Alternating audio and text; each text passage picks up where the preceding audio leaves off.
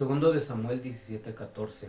Entonces Absalón y todos los de Israel dijeron: el consejo de Usaí arquita es mejor que el consejo de Ahitofel, porque Jehová había ordenado que el acertado consejo de Ahitofel se frustrara para que Jehová hiciese venir el mal sobre Absalón.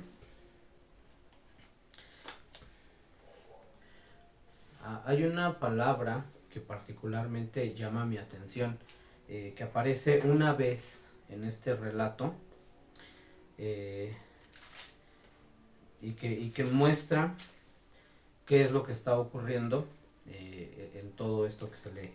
Aparece en 2 de Samuel capítulo 15, versículo 12. Voy a leer este versículo. Y mientras Absalón ofrecía los sacrificios, llamó a Ahitofel Gilonita, consejero de David, de su ciudad de Gilo, y la conspiración se hizo poderosa. Esta es la palabra que llama mi atención, es la palabra conspiración. Esto sugiere la idea de alguien que está tomando decisiones en secreto, y que no las hace públicas porque van en contra de, en particular, o en este caso en particular, digamos, del rey. Absalón está en secreto, juntando personas con poder y tomando decisiones para quitar a David de su trono y él ponerse en su lugar. Es interesante considerar el tema de las conspiraciones porque, por ejemplo, al pensar en nuestro propio país, aquello que nosotros celebramos como la independencia de México es en realidad una conspiración. Un grupo de personas se reunieron para conspirar en contra de la corona española y la conspiración funcionó, la conspiración se llevó a cabo y logró su objetivo. Esto que para nosotros es una celebración, que es la independencia de México, y que estos que son los héroes de la independencia, en realidad son conspiradores, en realidad se reunieron en secreto para hacer planes, para formar un ejército, para atacar a la corona española. Y esto en particular, en el caso de Absalón, es lo que él está haciendo. Lo que la Biblia nos muestra es que conspiraciones ha habido muchas a lo largo de la historia. Sin embargo, una de las razones por la que esta palabra llama mi atención es que cuando vemos en las escrituras, de pronto parece que es Dios el que está trabajando en secreto, el que está trabajando en lo privado. De pronto parece como si fuese Dios el principal artífice de todas estas conspiraciones. Y en concreto me refiero a que aunque Absalón se levanta en contra del rey David, y aunque hay consejeros importantes junto a Absalón que están en esta conspiración en contra del rey David, al mismo tiempo Dios también tiene a personas específicas en ese lugar. La Biblia da varios nombres, uno de ellos es Sadoc, otro es Abiatar, el otro es Usaí arquita, personas específicas que están en favor del rey, pero que en favor del rey David, pero que se han acercado a Absalón y que aunque le han dicho a Absalón que le van a apoyar, en realidad están apoyando a David. Esto también es una conspiración, y estos están trabajando a favor del reino de Dios. Así que esto para mí es una reflexión simple que tiene que ver con en dónde estamos puestos, en dónde Dios te ha puesto a ti. Porque en donde Dios te ha puesto a ti no es un accidente, no es una casualidad. Así como estos hombres fueron colocados cerca de Absalón para frustrar los planes de Absalón, así Dios ha puesto a sus hijos, a su iglesia, en lugares en donde Dios sabe que le van a ser útiles. Dios nos ha puesto cerca de las personas correctas para que les podamos predicar el evangelio, para que podamos salvar sus almas, para que podamos ayudarles, para que seamos instrumentos de bendición, instrumentos de salvación, agentes eficaces en la transmisión del mensaje del evangelio. Y eso es lo que ocurre con estas personas. Sobre las conspiraciones habría mucho que considerar. Es una palabra que a mí me parece por mucho muy interesante.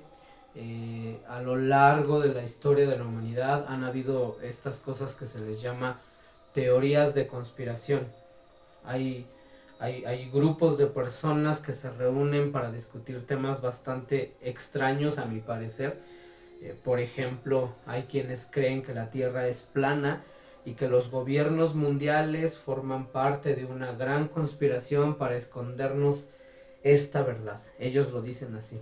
La NASA en realidad es un gran engaño, y los gobiernos se han puesto de acuerdo para decirnos que la Tierra es redonda, pero eso es una mentira.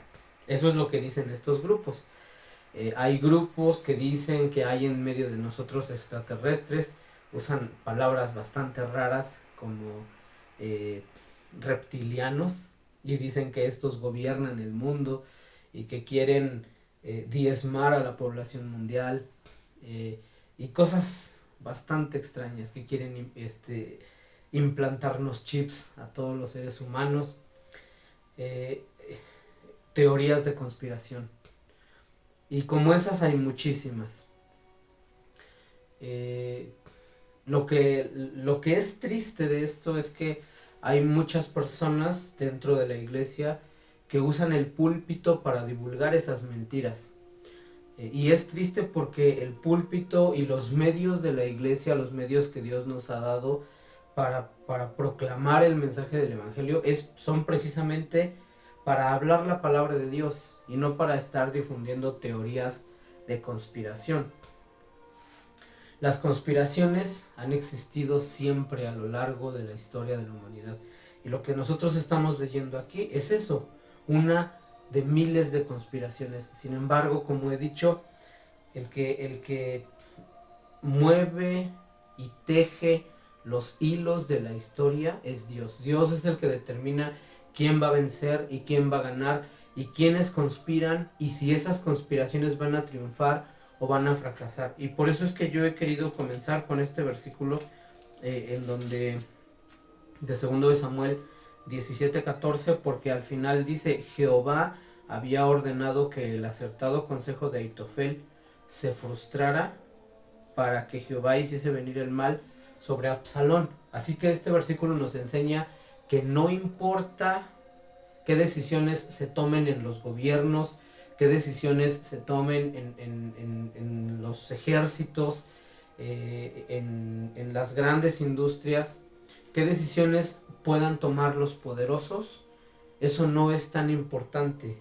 Claro que evidentemente eso va a mover al mundo en una dirección, pero lo que importa es qué es lo que Dios ha dicho.